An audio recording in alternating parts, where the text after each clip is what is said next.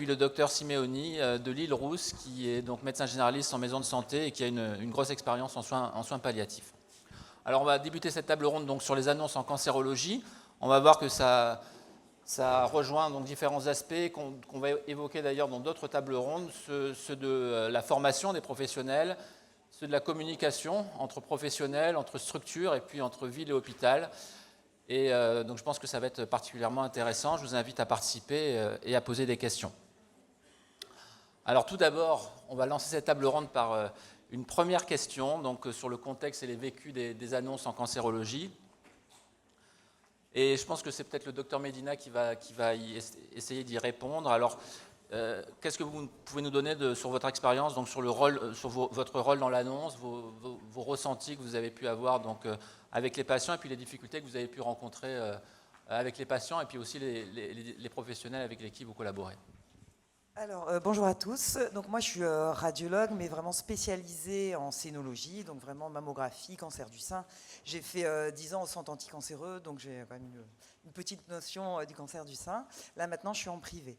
Et donc, je suis à la clinique Bouchard. Et c'est vrai que nous, les radiologues, on est en première ligne. Donc déjà, ça va être nous la suspicion. Quand on a une image qui est clairement évocatrice, nous, en tête, on a déjà... Parfois, on a déjà le diagnostic, mais évidemment, on ne va pas tout de suite avancer vers le diagnostic. Donc, je suis à la première phase de la suspicion.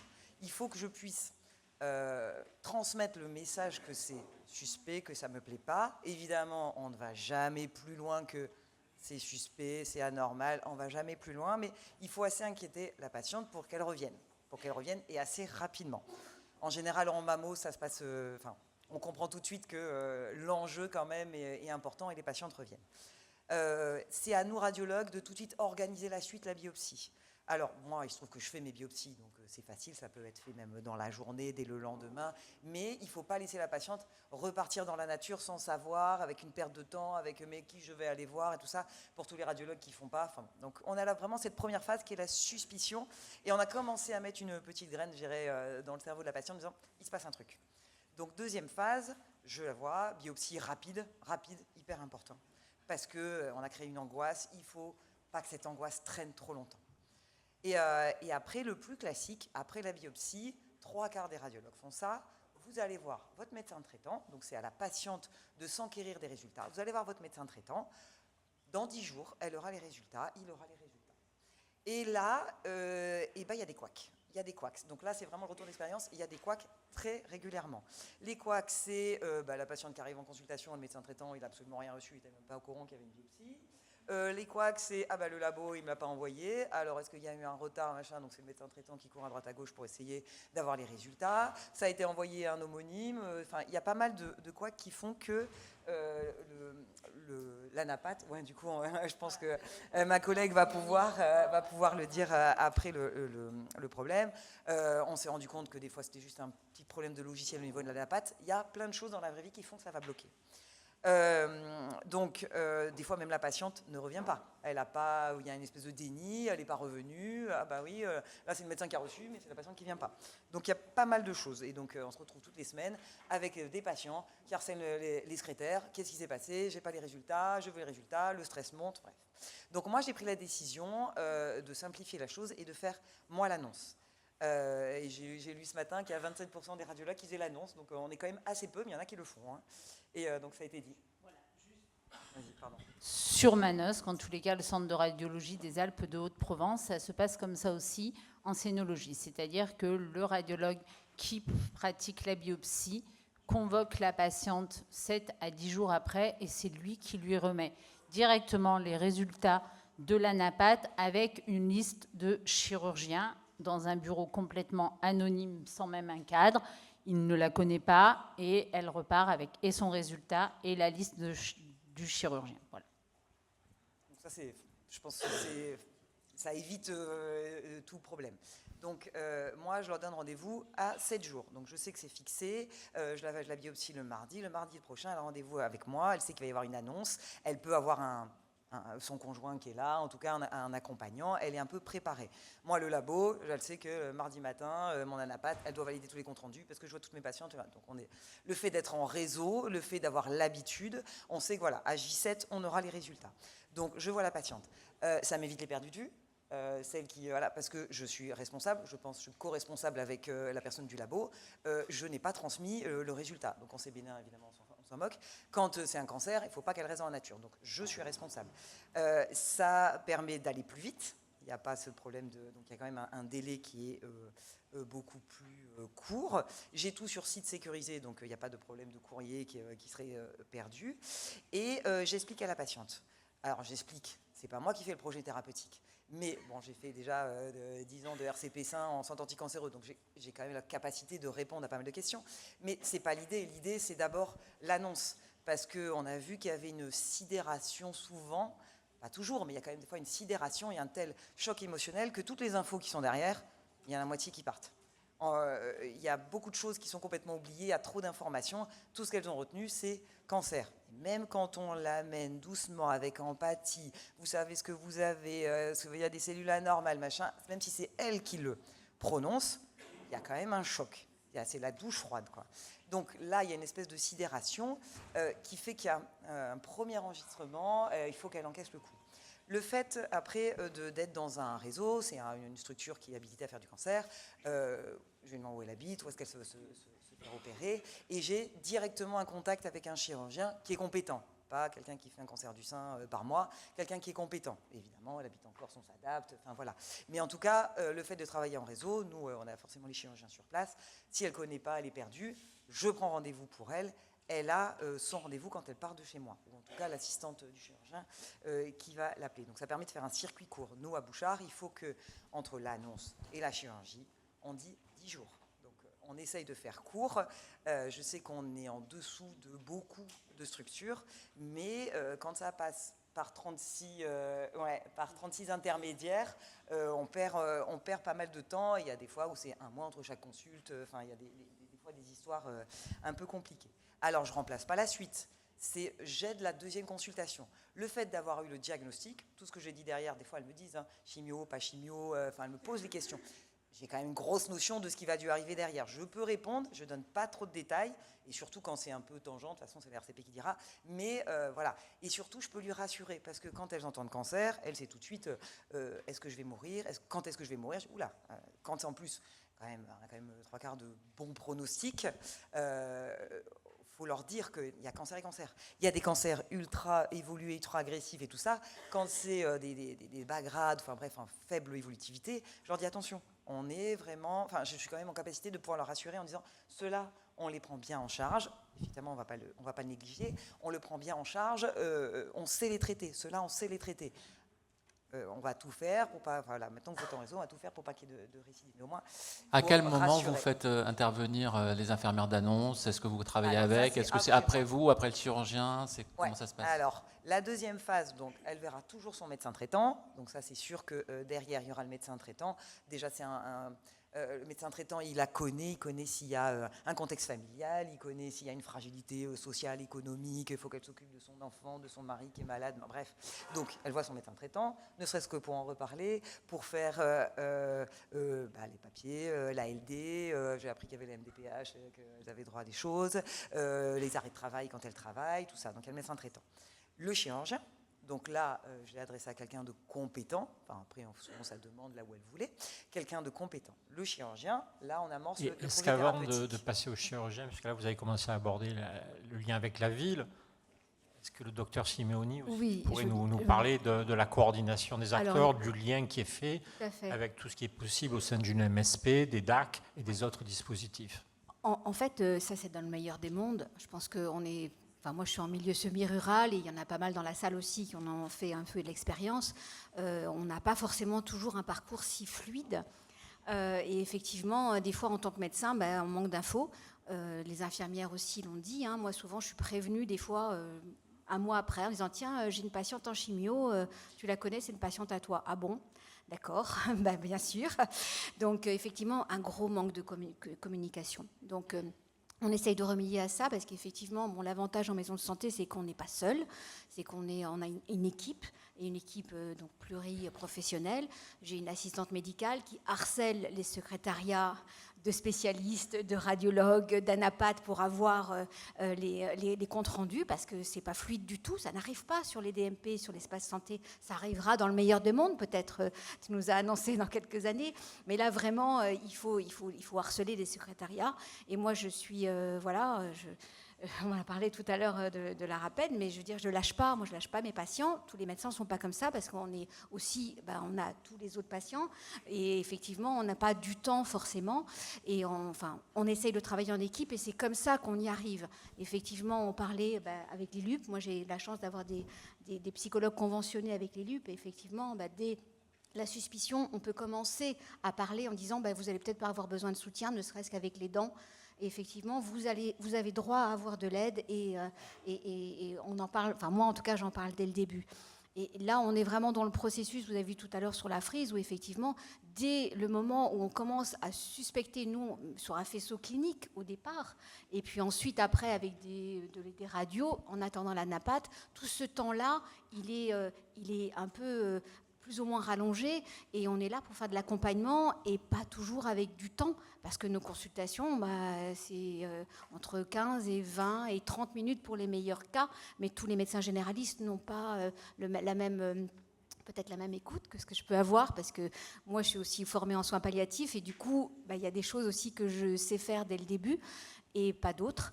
Donc c'est pour ça aussi, aussi bien en maison de santé qu'en CPTS, on essaye de construire des parcours pour accompagner les patients, pour qu'effectivement les patients ne soient pas seuls et leurs aidants aussi.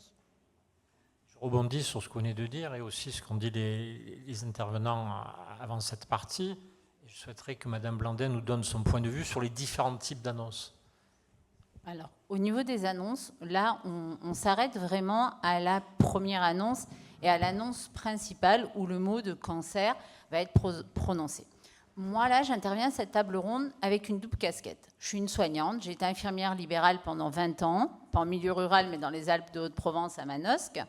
Et ensuite, malheureusement, je suis passée du côté patiente puisque j'ai un cancer du sein depuis 8 ans, métastasé avec un lourd parcours de soins.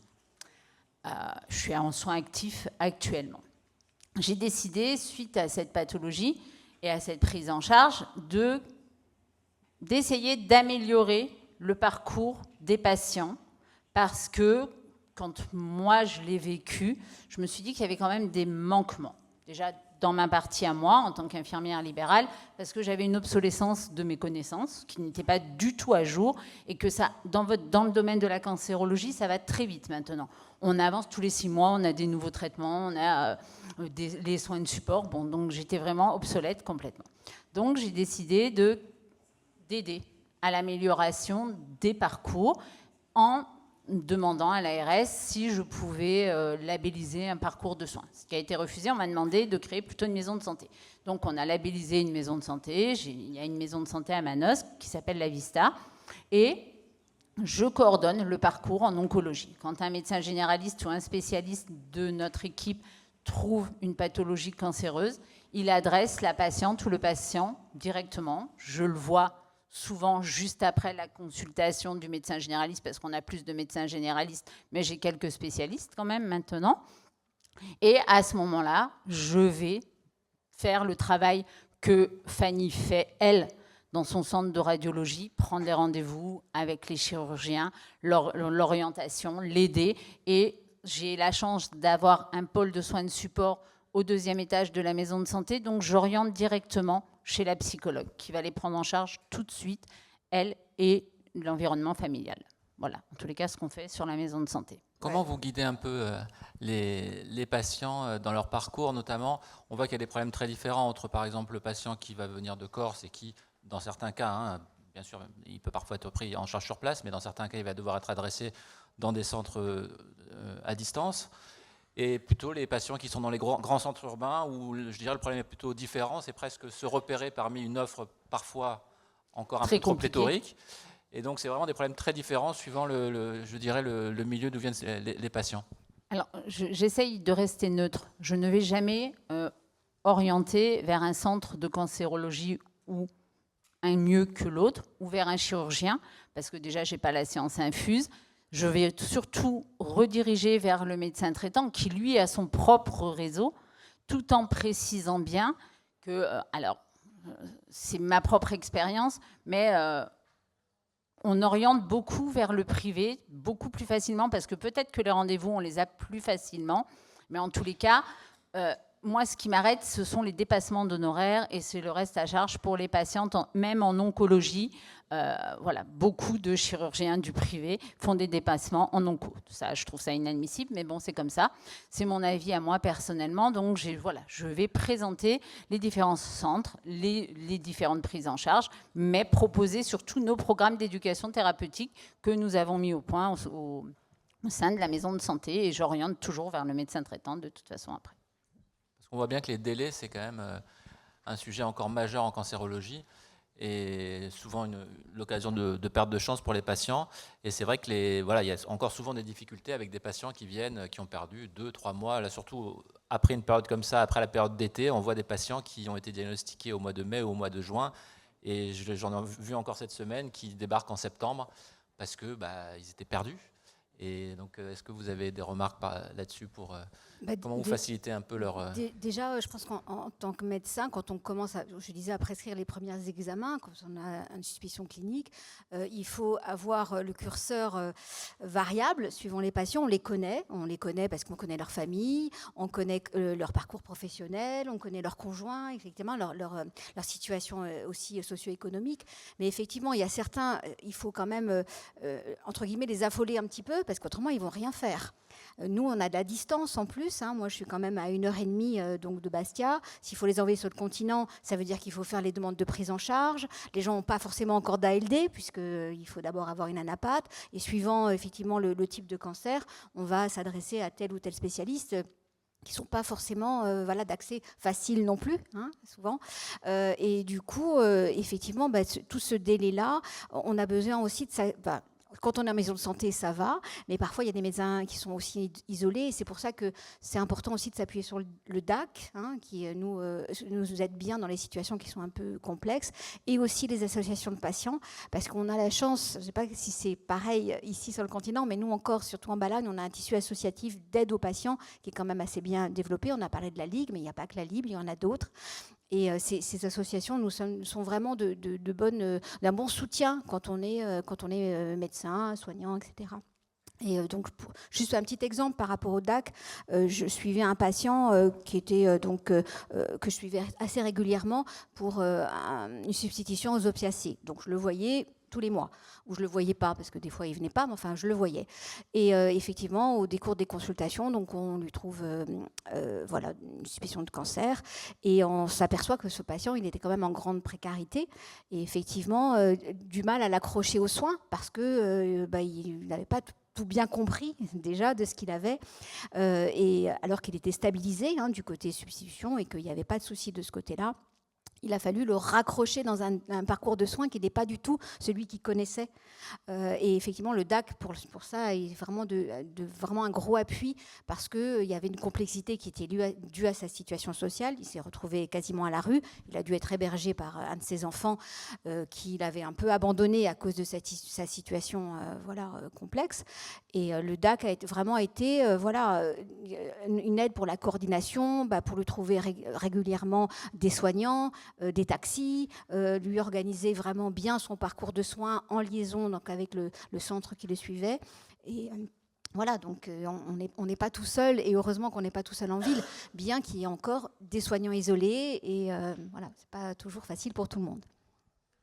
Alors comment vous voyez maintenant pour l'avenir les différentes pistes d'amélioration? Alors on peut parler en termes de formation, en termes de coordination entre acteurs, communication, la etc. communication, je pense que la communication, il y a pas mal de choses. Alors moi, dans ce que je disais, entre le radiologue et le médecin traitant, par exemple, je vois un truc qui est suspect, déjà qu'il soit au courant de suite que j'ai vu quelque chose qui est suspect, mais bon, si j'ai pas le numéro de téléphone, si je dois appeler moi la secrétaire, il est trop tard, c'est mercredi, il travaille pas, elle est en congé, machin. Donc des fois l'info elle passe pas, je me dis c'est pas grave, j'avance, je fais la biopsie, dans la vraie vie malheureusement on a tous une vie, donc j'y arrive pas.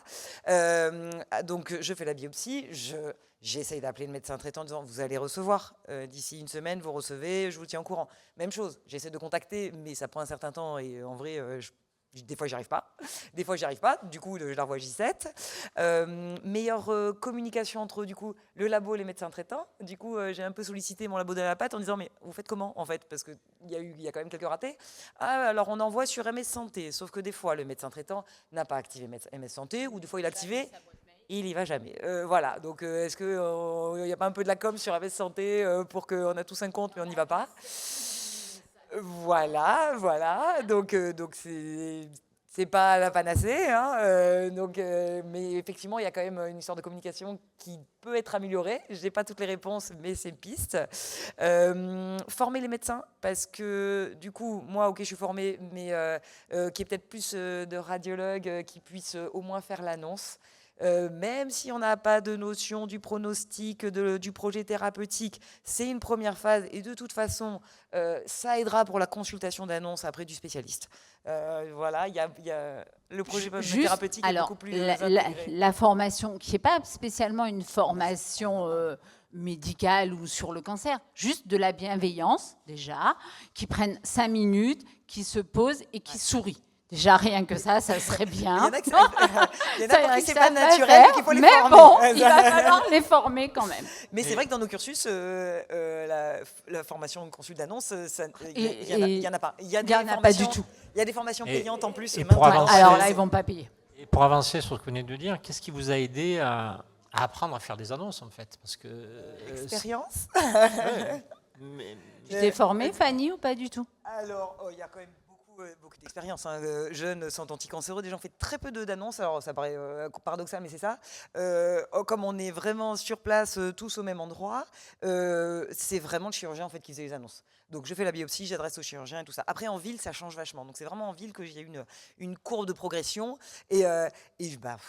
expérience, j'essaye, ça se dit pas. Quand on a une suspicion au début, dire le mot doute, je l'ai complètement banni. C'est vraiment doute, c'est vous êtes incompétent. Non, c'est pas tout à fait ça que je voulais dire. En fait, c'est qu'il y avait un truc de suspect. Donc au fur et à mesure, on améliore. Des choses à dire à la patiente. J'essaye de lui dire, il y a quelque chose d'anormal. J'essaye de faire un cheminement intellectuel pour que ça soit elle qui dise, mais j'ai un cancer. Et voilà. Et en fait, c'est mieux que si c'est elle qui dit que si c'est moi. J'apprends, il y a des psychologues qui nous ont donné des petites astuces, mais c'est vraiment essayer de faire preuve d'empathie. Et puis le rapport de l'INCa de 2019 là, qui dit, bon voilà, la pièce, vous êtes au calme, vous prenez le temps. Donc j'essaye maintenant, en fin de journée, comme ça, si ça déborde et s'il faut répéter 4 fois la même chose, j'ai le temps. Éviter le week-end, la veille, le vendredi soir, il faut éviter. Voilà. Et autant pour ça qui est programmé, je le fais bien parce que la consulte est bien, mais autant il y a une marge de progression pour tout ce qui est résultat de scanner, d'IRM.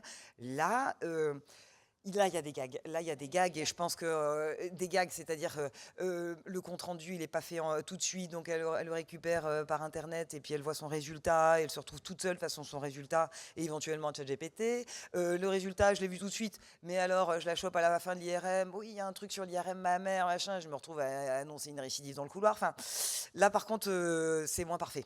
C'est clairement perfectible, il y a une amélioration là-dessus, quoi. Moi, je pense que, oui, effectivement, on parlait de l'expérience. Je crois que la pire annonce que j'ai jamais faite, c'est en visio, quoi. Quelqu'un qui prend une consultation, une téléconsultation parce qu'elle a passé l'IRM la veille et que sur l'IRM, elle a reçu les résultats. Voilà, il y a déjà écrit que c'est les métastases, quoi.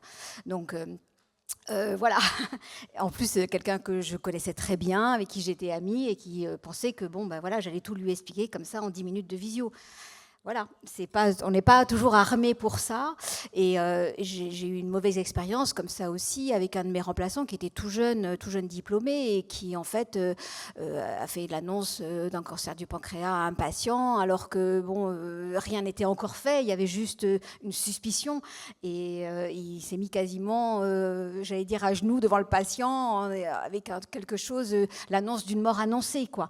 Donc évidemment.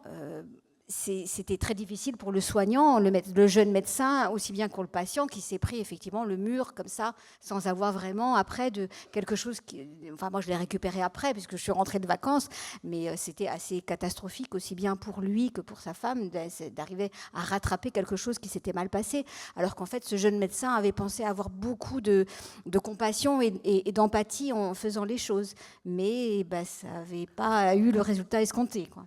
Et vous, Donc, Madame Blandin, comme vous avez été des deux côtés, qu'est-ce que, à votre avis, qu'attendent vraiment les patients au moment de l'annonce du diagnostic médical? Ils aimeraient qu'on ne leur annonce pas, déjà. En premier. Au-delà du contenu médical. Au-delà de ça, je pense que c'est de ne pas être seul. Surtout d'avoir une personne ressource, que ce soit notre époux, un enfant. Bon, c'est difficile de prendre ses enfants avec soi parce qu'ils vont le prendre encore plus mal que nous. Et moi, j'ai que des garçons, donc c'est compliqué avec les garçons. Parce qu'ils sont très proches de leur maman.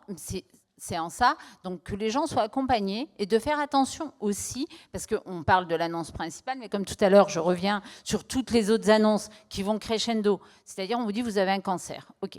Après, on va faire un TEP scan, on vous explique ce que c'est un TEP scan. Vous avez les résultats. Et là, on ne prend plus les mêmes gants. On ne va plus être aussi bienveillant et on ne va pas faire attention à la façon dont on va vous annoncer les résultats du TEP. Vous faites un bilan sanguin, on va demander les marqueurs. Mais personne ne va vous accompagner quand vous allez recevoir les résultats de ces marqueurs. Mais quand vous avez des marqueurs à 1000 ou à 1500, vous n'êtes pas débile non plus. Vous le tapez sur chat et là, vous êtes tout seul en disant « Waouh, c'est pas un petit cancer que j'ai. En fin de compte, c'est quelque chose de plus sérieux. » Et plus on va aller crescendo dans les examens de contrôle, effectivement, comme le docteur Simoni disait, une récidive, ou comme Fanny le précisait, l'accès à toutes ces applications où on en parlait ce matin, où on voit nos résultats, ne devrait pas être accessible en cancérologie sans être validé juste le jour de la consultation, comme on a échangé ce matin. Là, c'est compliqué parce qu'elles ne savent pas. Ceux qui sont des professionnels de santé, comme Fanny nous disait lors de notre visioconférence de préparation, elle agit différemment quand c'est quelqu'un qui fait partie du milieu de la santé ou quand c'est quelqu'un qui elle s'adapte. Ben, on va savoir à quoi on a affaire et les autres non. Donc cette découverte, voilà, il faudrait être accompagné sur toutes les annonces, au moins qu'on ait un référent professionnel, l'infirmière libérale tout simplement. Pourquoi ne pas avertir le médecin généraliste, mais aussi l'infirmière libérale en disant attendez, là, elle va faire un examen, elle va avoir un résultat, vous la voyez au quotidien, est-ce que vous pouvez l'accompagner? Pas dans l'interprétation, parce qu'on ne va pas pouvoir interpréter, mais on n'est pas, voilà, les infirmières libérales ne sont pas débiles non plus. Mais est-ce que vous allez pouvoir l'aider à passer ce cap ou mettre en place la psychologue le lendemain ou le surlendemain pour pouvoir digérer? Parce que quand vous passez d'un cancer à un cancer métastatique, ce n'est pas du tout le même monde. Hein. Je vous le dis, c'est clair, net et précis. Là, on n'est pas accompagné dans ces rechutes, dans tous ces examens. Il n'y a pas d'accompagnement, il n'y a pas d'annonce à ces stades-là, en tous les cas. Donc je pense que c'est important d'améliorer ça. On voit quand même que dans la formation des professionnels, et je parle en particulier de ce que je connais, c'est-à-dire des médecins, on fait beaucoup confiance, et vous l'avez évoqué, à la formation sur le tas, à l'expérience. Hein, on apprend au fur et à mesure que l'on pratique. Et c'est un petit peu étonnant parce que je dirais que cette façon de penser que tout ce qui est un petit peu psychologie, communication, ça s'apprend sur le tas. Certes, ça s'apprend sur le tas, mais ça peut aussi se travailler en amont. Et il y a bien des gens qui sont formés à la psychologie. On pourrait bien former les médecins aussi à avoir quelques tips, entre guillemets, quelques conseils dans leur formation initiale sur comment gérer ça. C'est vrai que pour l'instant, c'est quand même très peu intégré. Ça l'est probablement plus qu'avant, mais pas encore assez intégré dans la formation. Une formation qui est maintenant intégrée, en tout cas pour les infirmières, je pense, c'est la formation à l'éducation thérapeutique du patient. Et rien que la posture de TP, enfin moi j'ai été formée, on a une grande partie de l'équipe de la maison de santé qui a été formée à l'ETP, et rien que ça nous donne quand même des outils et des armes pour prendre le patient là où il en est et mettre le patient au cœur des décisions qui le concernent. C'est quand même super important, quoi. Enfin, on est tous là pour s'occuper du patient. On a parlé tout à l'heure avec vous, madame, mais aussi avec vous, puisque vous êtes aussi patiente, et on est tous patients. Et voilà, moi j'ai 2 parents qui sont morts de cancer. Je veux dire, c'est des choses, si on ne leur demande pas aux patients qu'est-ce qu'ils veulent faire avec leur corps, avec leur vie, on n'y arrivera pas. Tous les professionnels, nous, à la maison de santé, à Manosque, sont formés à l'éducation thérapeutique. Même Isabelle, mon assistante, est formée à l'EDP. Donc, voilà. Alors, il nous reste une dizaine de minutes. Peut-être qu'on peut laisser un peu la parole à la salle pour que vous puissiez vous exprimer, rapporter votre expérience ou poser des questions, tout simplement.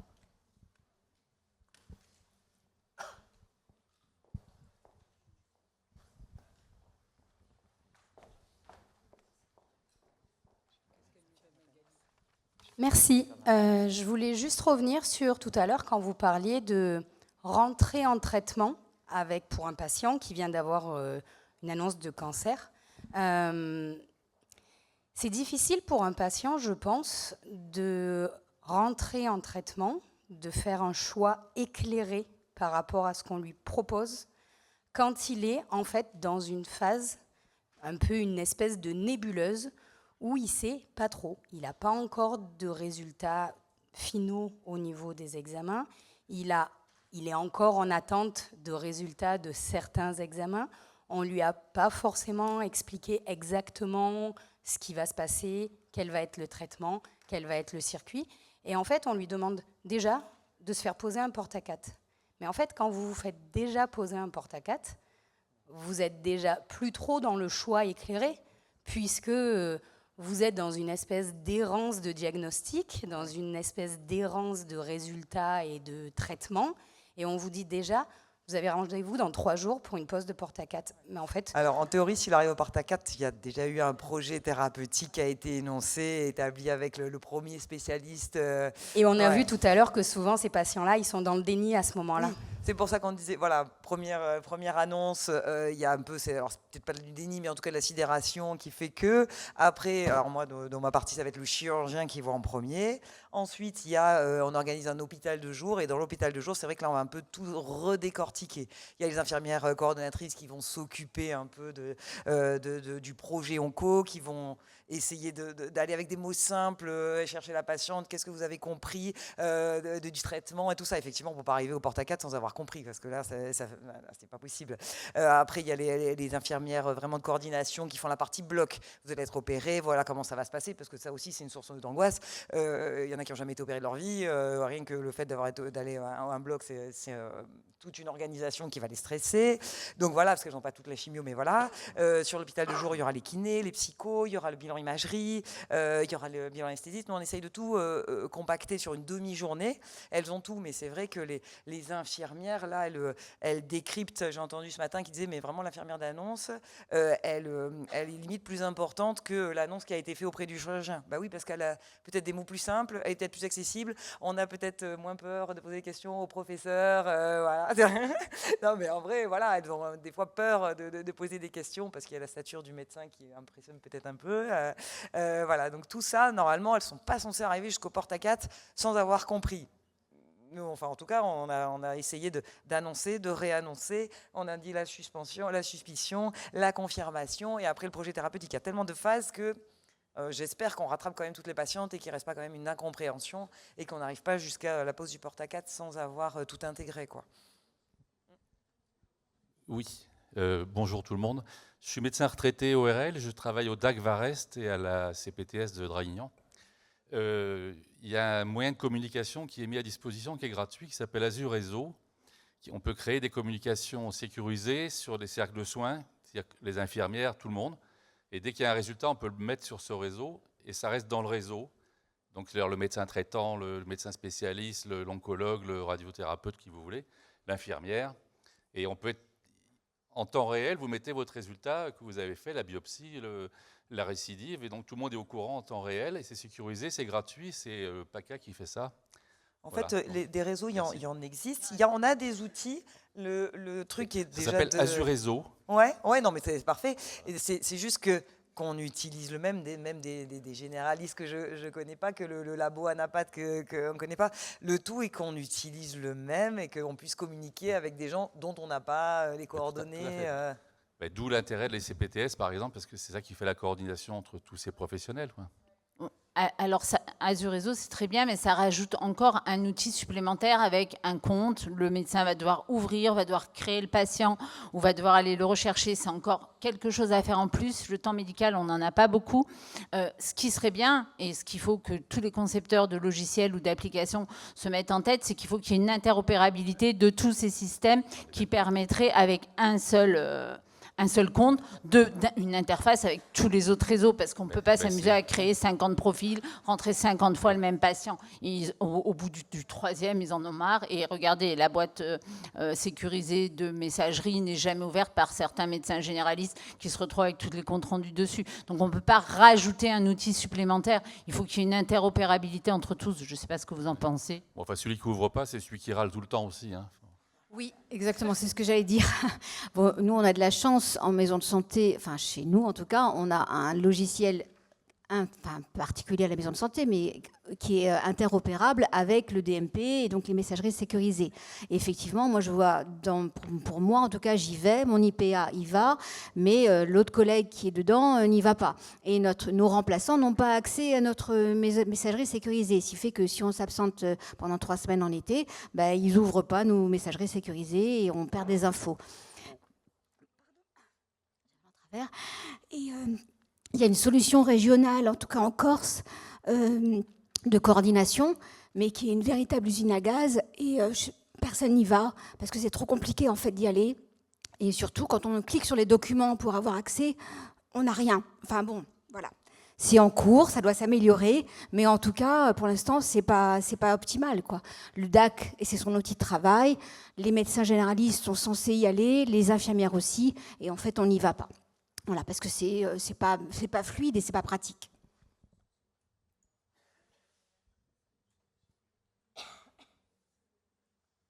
Est-ce qu'il y a d'autres questions? Donc je vais en profiter parce que moi j'en ai. Ah. Bonjour. Alors moi je vais vous faire part de mon expérience. Je suis médecin généraliste, ça fait 50 ans. J'ai une petite expérience en cancérologie. Et je suis en même temps le président de la Ligue contre le cancer de la Corse du Sud. Alors, je suis un peu effaré d'entendre tout ce que je viens d'entendre parce que ça ne se passe pas du tout comme ça chez moi. En général, c'est moi qui fais le diagnostic, c'est moi qui adresse le patient, c'est moi qui reçois des résultats, c'est moi qui accède à ma messagerie sécurisée, c'est moi qui annonce à mon malade parce que, effectivement, c'est moi qui le suis et c'est en moi qu'il a confiance. Mais là, je n'ai pas vu où est la place du médecin traitant dans tout ça, dans les médecins de premier recours. Je veux dire que je suis un peu effaré de voir qu'en fait, la médecine, si vous voulez, s'est égarée sur des chemins qui ne sont pas les siens et qui finalement, si vous voulez, ne profitent pas aux malades. Parce qu'on multiplie les intervenants autour de situations rocambolesques parce que, vous n'oubliez pas une chose, c'est que chacun de nous a son langage. Et quand un patient voit 40 personnes différentes, que ce 40 mots différents, lui, il les interprète à sa façon. Et le degré de gravité varie avec toute cette interprétation. Et on arrive ensuite à des situations qui sont un peu ubuesques, où je passe 1 heure à démanteler une situation, à remettre les pendules à l'heure en quelque sorte, et à faire en sorte que ce malade qui s'est retrouvé traumatisé par un ensemble de discours qui n'étaient pas les mêmes. Voilà. Donc j'avoue que j'ai vu une évolution de la médecine qui est une évolution défavorable, bien entendu. Alors ensuite, il faudrait peut-être parler aussi de l'accès aux soins. De l'accès aux soins. Vous avez parlé aussi des suppléments qui sont pris, effectivement. On est dans une médecine qui est déviante avec des suppléments d'honoraires qui sont pris à tout bout de champ par des confrères, ce que je réprouve totalement, bien entendu. On a déshumanisé la médecine, on l'a déshabillée, on a fait ce qu'on a fait avec les autres professions, les enseignants d'abord. C'est tout un problème politique qu'on pose actuellement à travers ça, à travers les soins de support, tout ça, parce qu'effectivement, on a un problème de moyens, un problème de résultats, un problème d'accès aux soins qui n'est pas résolu parce qu'on fait tout ce qu'il faut pour le foutre en l'air. C'est tout. Alors demain, effectivement, on aura une médecine qui sera une médecine au rabais avec des gens qui seront mal soignés parce qu'ils seront mal pris en charge et parce qu'effectivement, ils auront 40 envies différents qui n'arriveront pas à synthétiser. Alors moi, je pense qu'effectivement, on ne doit pas se contenter de mettre en place des IPA, des IPE, des IPC, de tout ce qu'on veut. Je pense qu'on doit un peu revenir un peu aux fondamentaux, voir qu'on a en face de nous un malade, et ce malade, il faut le considérer. Moi, quand je prends une demi-heure, je prends une demi-heure. Je ne regarde pas si c'est des honoraires ou pas, j'en ai rien à foutre, c'est plus mon problème. Je veux dire, simplement, il faudrait peut-être, si vous voulez, qu'on revienne un peu aux fondamentaux, à savoir qu'on a en face de nous un humain et qu'on est des médecins. Ou alors, ce n'est pas la peine de rester et de faire de la médecine. Docteur, vous êtes encore rare quand même des médecins comme vous, désolé. Bon. Bonjour, moi je vous réponds. C'est vrai que c'est très rare. En fait, moi je suis infirmière d'annonce à Bouchard avec Fanny. J'ai mes copines de l'HDJ derrière qui sont aussi comme moi libérales, Steph Marie. Et donc on connaît un peu tout ça. Et moi je peux vous garantir que là, moi qui peux faire le pendant entre mon activité salariale d'annonce de cancer, où je trouve que c'est super d'avoir plusieurs intervenants parce qu'en fait, on n'a pas tous des médecins qui nous connaissent bien. Je passe beaucoup de temps libéral à chercher des médecins pour mes patients. C'est un gros désert. Je passe beaucoup d'appels pour qu'on prenne des patients. Et je peux vous garantir qu'en général, les nouveaux médecins me disent si le dossier est facile, ok. Sinon, voilà. C'est surtout ça que j'entends. Non, mais je vous le dis. Donc après que la Fanny donc, a exposé son travail, donc elle est en initiale, puisqu'elle découvre la tumeur, c'est elle qui était en premier. Derrière, il y a un chirurgien, il y a les RCP, il y a des super maisons autour de nous, il y a nous. Donc mes collègues, qui annoncent, qui parlent de la chirurgie, qui coordonnent un parcours qui est intéressant, où elles vont rencontrer beaucoup d'acteurs. Elles me voient, mais derrière moi, avec beaucoup d'humilité, elles vont aussi rencontrer une équipe en chimio. Donc nous, on a des centres avec qui on bosse, où il va y avoir des socio-esthéticiennes, où il va y avoir des kinés, où il va y avoir peut-être la secrétaire. Et il y aura une personne dans leur parcours qui va les toucher et qui va l'aider. Je ne sais pas si ça sera Fanny, je ne sais pas si ce sera moi, je ne sais pas si ce sera vous, le médecin, mais il y aura quelqu'un, je crois qu'il faut avoir beaucoup d'humilité concernant la prise en charge du patient, parce qu'il y aura une personne dans ce moment-là de sa vie, même s'il est en parfaite confiance avec vous ou avec son médecin, peu importe, mais il y aura une personne, ça peut être n'importe qui, je vous dis, ça peut être la secrétaire, n'importe qui, et qui va l'aider sur son parcours. Moi, j'ai quand même pas mal d'expérience, j'en suis à 12-13 ans et je vous garantis que ce n'est pas toujours moi. Ça peut être aussi... Non, je voudrais juste vous dire que ça peut être aussi l'infirmière de bloc. Bravo. Il y a le docteur Simeoni qui voudrait parler et on va finir par le docteur Simeoni. Permettez, je vais simplement faire une petite mise au point. Vous savez, quand vous êtes le médecin traitant, vraiment le médecin traitant, vous êtes le N+1 de la famille. Ça veut dire que le problème économique, vous le connaissez. Le problème psychologique, vous le connaissez. Les problèmes qui se posent aux malades, vous les connaissez. Les problèmes qu'ils ont au niveau du chômage, au niveau des gamins qui posent des problèmes ou autres, vous les connaissez. Donc, en fait, vous n'avez aucune difficulté, si vous voulez, à les aider. Et je pense que ça, ce côté, vous pouvez multiplier les intervenants, ils ne connaîtront jamais le malade. Et le problème, il est là. C'est plus vous multipliez les intervenants, plus vous multipliez les problèmes. Donc c'est pour ça qu'en fait, si vous voulez, la médecine de premier recours, je suis contre, si vous voulez, la médecine sur rendez-vous. Je veux dire que vous n'allez pas téléphoner à votre médecin aujourd'hui parce que vous avez 42 fièvres pour prendre qu'il vous donne rendez-vous pour la semaine prochaine. Ça pas court pour moi. Je veux dire, c'est pas sérieux, c'est pas de la médecine, ça. Ça, c'est pas de la médecine. Donc, effectivement, on a tué ce côté, si vous voulez, de la médecine qui était une médecine humaniste. C'est un long débat, mais nous allons devoir conclure. Alors, un dernier mot, une petite minute pour le dernier mot. On parlait aussi des jeunes médecins, il n'y a pas que des anciens comme nous, parce que moi je suis quand même aussi proche de la retraite. Je veux dire, les jeunes médecins, vous savez, chers confrères, qu'il va y avoir 2,7 jeunes pour remplacer un vieux. Donc, quelque part, on est obligé de travailler en équipe, et c'est quelque chose que j'ai amorcé, moi en tout cas, en maison de santé. Et je ne pense pas que ce soit négatif pour le patient, parce que mes patients, moi, je m'en occupe. Et je m'en occupe de la conception jusqu'à la fin de vie. Et il n'y en a pas beaucoup qui font ça. Donc, voilà, juste pour dire qu'effectivement, les jeunes ont besoin d'être accompagnés. Et je pense qu'ils ont besoin de formation. Mais quand on travaille en équipe... C'est justement le sujet, je crois, de la table ronde suivante, la formation des professionnels et donc, c'est l'occasion d'enchaîner. Merci. Merci beaucoup.